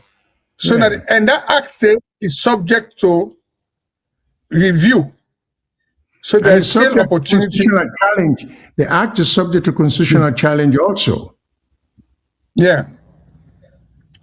Now, in follow-up of this policy in talk where he talks to, somebody else, Law read what somebody say. If you can read that for you. This may be a lawyer, but you know, this is the good thing about a democracy, an opinion, because everybody gets their own view. The Constitution does not need an expert. We only need honesty and sincerity, which I think are major qualifications. One set of people only want to use the law as a trap. That's our problem. That's what I call the bad faith act, they're acting in bad faith. The Constitution does not need an expert, we only need honesty and sincerity. One set of people only want to use the law as a trap. That's our problem. But let me just go one step beyond that. And in fairness, this is how we understand politics to be. So much so we fail to understand what a constitution is all about and what a constitution is meant to be. Because the previous government did the same thing. If they had dealt with NTR, we would not have been dealing with them now, But NSF draft several bad laws, just because they look at things in the interest of the country. There's another comment. Is the government surreptitiously laying the foundation of a soon-to-be militarized state of Sierra Leone, a police state of sorts? Howell's 1984 comes to mind. I'm just reading the comments. You see it, Mr. Manley? Now, given the time, let's talk about this state protection service. It will answer some of this question within people and say, because me like for refer to document. The state protection service also get committee. We talk about this layer of committee. Who then in the committee? Right? State Protection Service Committee shall comprise of the National Security Coordinator. Wow. Who then are the National Security Coordinator? Then are the head of Office of National Security, ONS. Now go be chairman. Then the other members of this State Protection Service, now the Chief of Defense Staff, the military, the Inspector General of Police, the Director General, Central Intelligence and Security Agency, and the Chief of Staff, Office of the President. So then 4 people here. Now they get for manage that intelligence. Then you get, not only that, you get Director General, Ministry of Foreign Affairs and International Cooperation, Financial Secretary, Ministry of Finance, Director, State Protection Service, who shall be the Secretary. So you get the State Protection Service, where what we don't know, whether these people would be seconded from the existing security apparatus, like the army and the police, or whether there will be fresh recruitment. That's another issue. What about the parallel organization or bodies? There will be parallel organization again. Yeah. Okay, let's say, waiting at the function of this State Protection Service. 1, now then the approved strategic plan of the State Protection Service. So how you go say, the State Protection Service Committee, now they approve, you get the committee, now they approve the plan. Now they vet regulation process, promotion and processes. It address matters to be classified, including breaches. So you get the, now they determine who shall be accorded proximate protection as other designated very important person. So, Mr. Shillon, I can go for it on, Yes, sir. then designate me as, if mina party man, they can designate me as state very important person. Then give me state protection. Yeah? Any other person. So you get a state protection, then you get a secretariat. Any other person doesn't necessarily, any other person could be a foreigner. It could be some rich person from another country who has deep pocket, maybe went to school with somebody like me or you. So if I'm in politics in a position of power, they can kind of ask for state protection, all kinds of stuff. Man, this is getting out of hand. But continue, sir. Okay, now the last part we want to talk about, because then they're done, Now, this idea of their sting operation, remember I said last week we've been talking about warrant, where we say the director of Central Intelligence Service can go to a magistrate for get a warrant. What people are concerned about, they can also get now your premises without a warrant.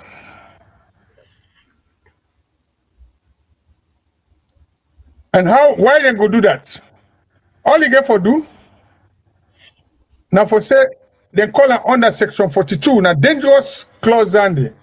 Information without warrant.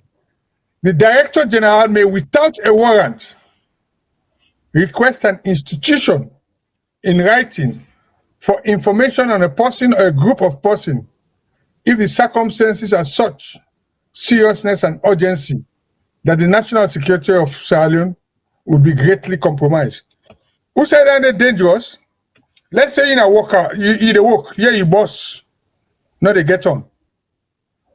Waiting will stop you boss giving information to the Director General of Central Intelligence, saying a subversive. Very dangerous. And when that happen, then go to called sting operation. Sting operation is where the Director General believes that a person or a group of persons is intending or is already engaged in an activity that constitutes a threat to the security of Sierra Leone. He shall give approval in writing, copied to the National Security Coordinator and the Inspector General, for a sting operation to be carried out for a specific period, if it's practicable to collect such information or intelligence using other investigation. What does that mean? It means that Director General there, now in they make the assessment, it can say, Mr. Mengot, I can go free tongue, especially with some of within a public broadcasting, right? What is stop them for say that man then a threat to the country? Then he can do a sting operation, check who's are there, confiscate my phone, my laptop and everything.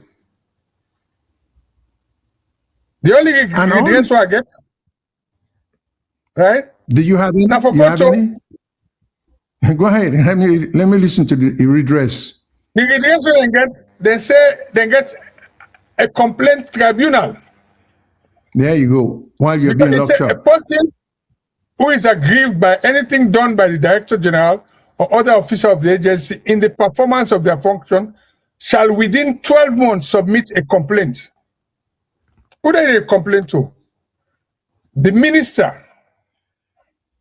where the complainant is against anything done by. So you get minister when I'm there in charge of this Central Intelligence Agency, and then say that minister there, enough will be either the Minister of Internal Security or Minister of Defense. So now whichever minister the president deem or the one for make. So if anything happened to me, I'll go complain to that minister there about the Director General. So if I go make that complaint there, if no action is taken on the complaint within a period specified, or if I not agree with what they say, I therefore go to the Chief Justice. When the Chief Justice gave me complaint, he go form a tribunal. When a High Court judge or retired High Court judge or lawyer who is qualified to appoint and two other person. Okay. The dangerous thing about that is they talk about the Chief Justice now no more get this power. They say he not going to determine any complaint if it's frivolous, vexatious, or it's not made in good faith. You know, listen. If I take the complaint, the Chief Justice say my complaint is frivolous, vexatious, or it's not made in good faith, he can dismiss her. Yeah, and subjectively. They not put any objective process by which he will reach those conclusions. Yeah. Let's say the subject matter of an action before a court. Say if they take me before court, then charge me unlawfully for a crime. Right? We may not agree with. I cannot take my complaint because the matter they honor the court. Then the other one is say if me complaint prejudicial to national security. Who do they determine? This is just ridiculous. Whether my complaint is prejudicial to national security. We only come to the end. I left you like comment on Dandy. Well, then what they talk about here. Go ahead. Mm-hmm. Yeah, no, now left and now place it. No, it's okay. I think so.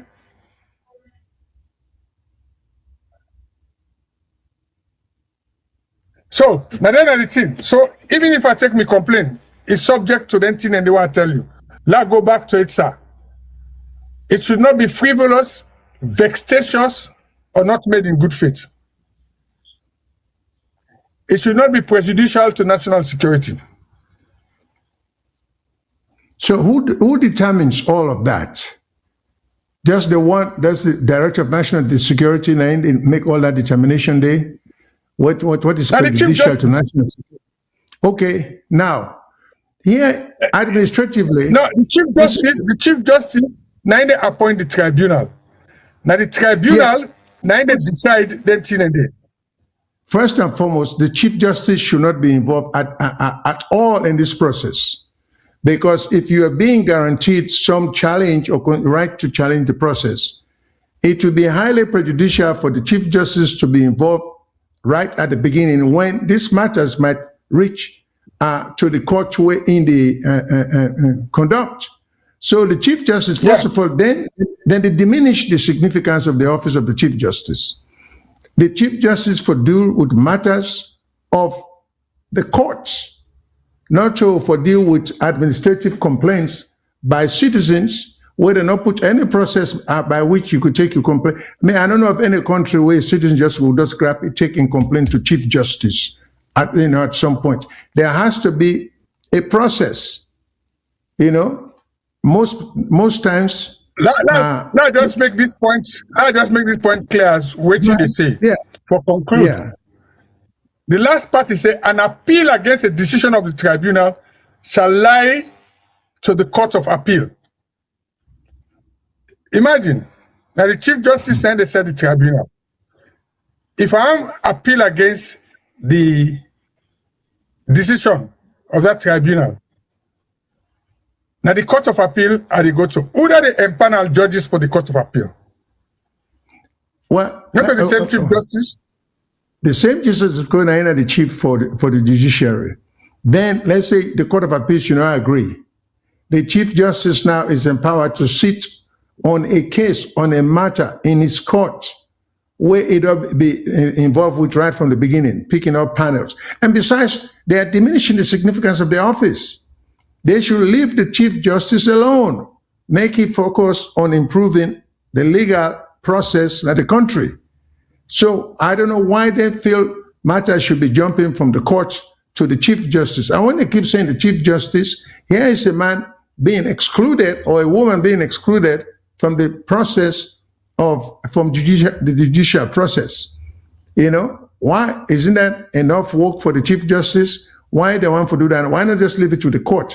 But the other thing, all these things are being said without regard, without reference, to the due process aspect of a constitution. So it looks like the due process don't exist under the constitution at all. They're not talking about probable cause. Because what is probable cause? You have to have reason or reasonable basis to even feel a crime has been committed. Now, also, not only do you have to feel a crime has been committed or is being committed, you have to have reasonable and articulable suspicion. If, in fact, this act or whether they give this person the power for embark on, then they feel, say, this potential crime is being committed by someone, the suspicion must be reasonable. Who makes all those determinations? you cannot, just like I always question, this current practice in Sierra Leone of a department, the ministry, the army, the Ministry of Lands, they all get authority for bulldoze buildings. I mean, it's not a safe process. I think the only time one should have a department or anybody should have the power or the authority for go bulldoze somebody's property.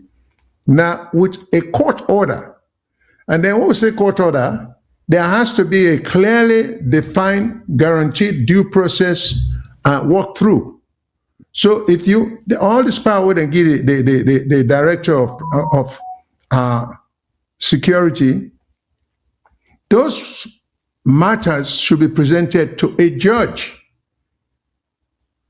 Evidentiary and proof must be presented in that court for convince the judge for issue an order allowing the director for search your home without a warrant. A warrant. But yeah.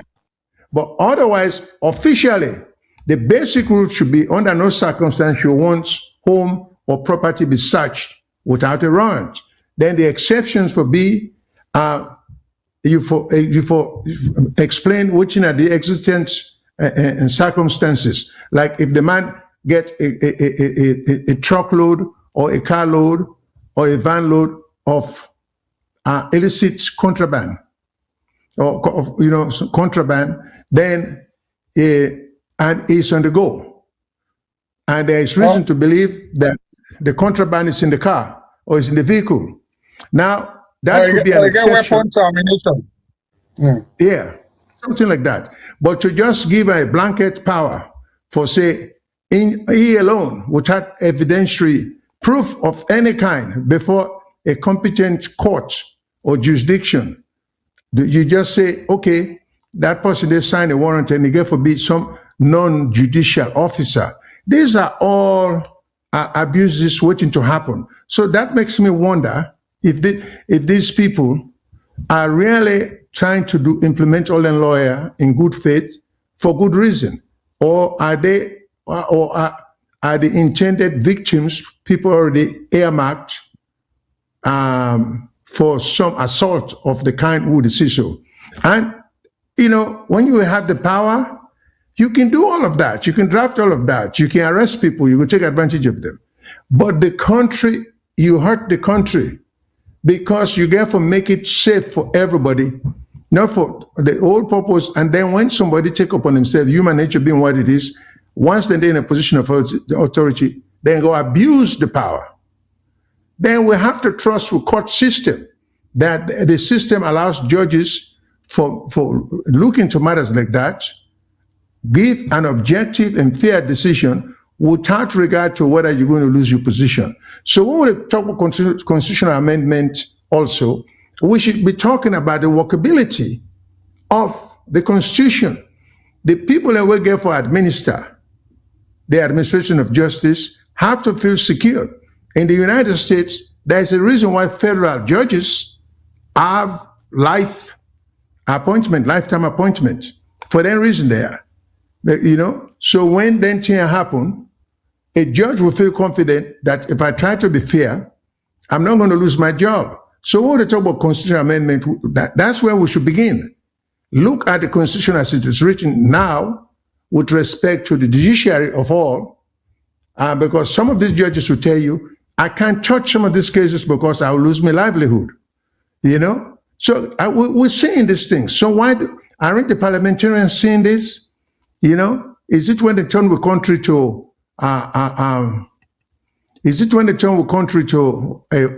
a one party or an authoritarian state? It does no good. It hurts the country. A handful of people will enjoy it. Then eventually the system will collapse because in a matter of time, it might take long. We don't see what happened in Hungary recently. Viktor Orban, he thought he was untouchable. A corrupt, a good system we inherit. It take the advantage of the constitutional system. It came into power and dismantled a lot of the institutions then Now he loses because even his own party members then run against him. So this is all kind of confusing. This is too much power. We can say this is not power being just written on a piece of paper. It is meant to hurt people. Because when you propose all entire searches without warrant, no reference to probable cause, no reference to due process, and then you start talking about, I consider it diminishing the significance and the office and the respectability of the office of the Chief Justice, because taking that office, making it look like just some ordinary office, where you would so you will get easier access to the Chief Justice than you will have before a judge. Because this is madness. This is madness.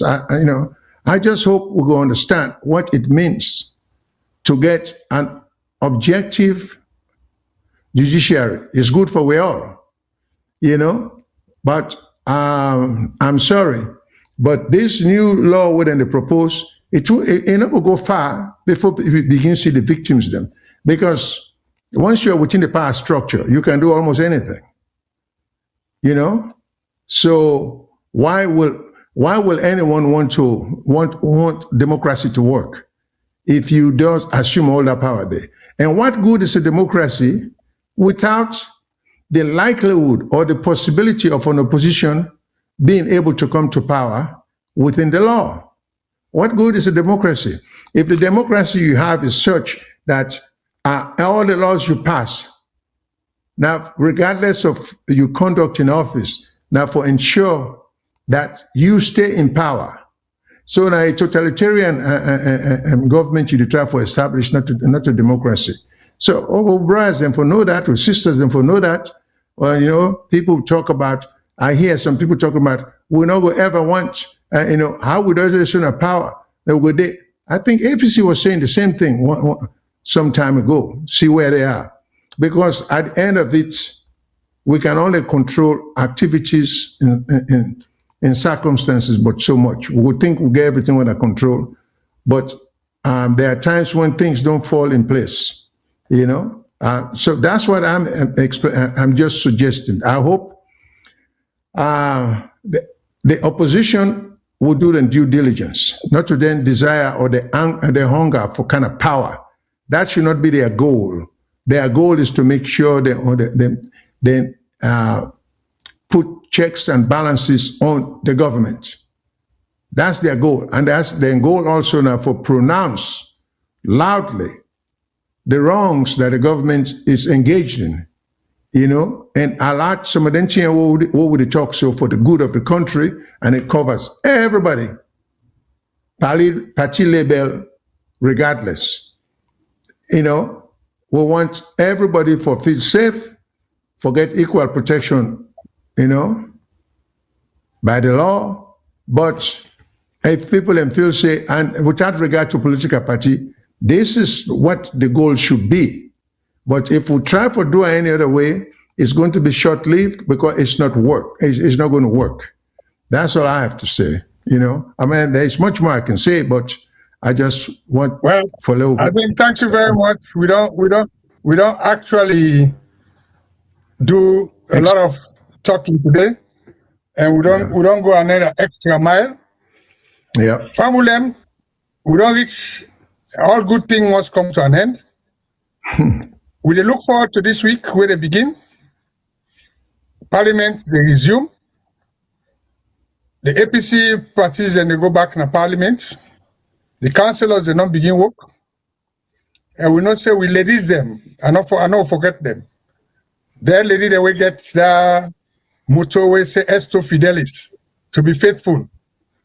Let them continue to be faithful. We see they don't go much through the streets of Freetown. We see very prominent personality among them. The First Lady, the Mayor, they don't produce good women them. And then they will go and enjoy the celebration. We hope say they will get peaceful journey back home. So until we meet next week again, where more trends go there in the social media, especially things to do with this return to Parliament of the All People's Congress, and also other issues them. Because people they don't call say this bill, President Bio not for sign am, he not for give royal assent. I'll call a royal assent because na Britain, but not correct myself, he not for give presidential assent.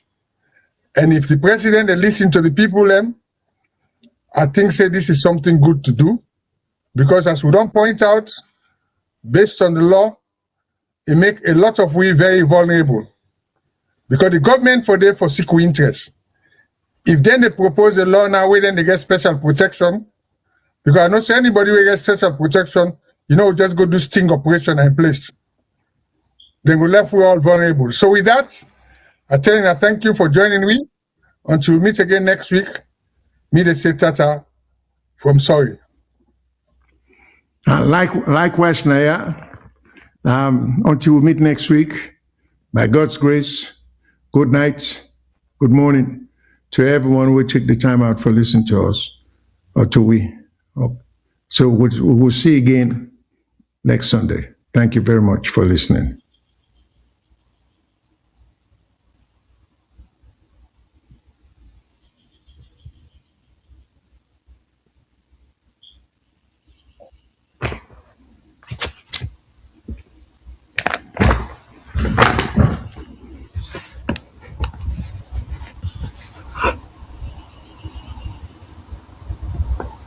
Mr. Kagwe, are you still with us?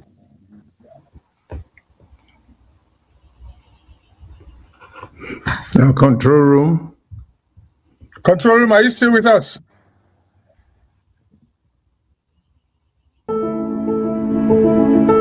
The steering